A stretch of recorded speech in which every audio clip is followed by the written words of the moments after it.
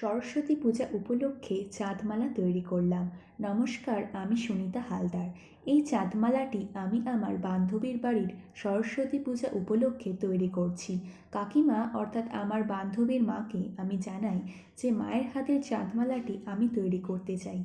তিনি এক কথায় রাজি হয়ে যান। আমার তৈরি আগের দুটো চাঁদমালা দেখেও তিনি অনেক প্রশংসা করেন। তো যেমন কথা তেমন কাজ, মায়ের আশীর্বাদ নিয়ে চাঁদমালা তৈরির কাজ শুরু করে দিই। সরস্বতী পূজা হলো জ্ঞান, বিদ্যা, শিল্পকলা ও সঙ্গীতের দেবী সরস্বতীর আরাধনা, যা মূলত মাঘ মাসের শুক্ল পঞ্চমী তিথিতে অনুষ্ঠিত হয়।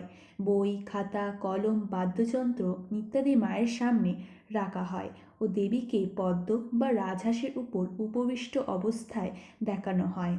এই কারণে চাঁদমালার তিনটি অংশে বীণা, বই, হাঁস ও পদ্মফুল ফুটিয়ে তোলার চেষ্টা করেছি। সরস্বতী পূজা উপলক্ষে আমার তৈরি এই চাঁদমালাটি কেমন হয়েছে তোমরা অবশ্যই জানিও।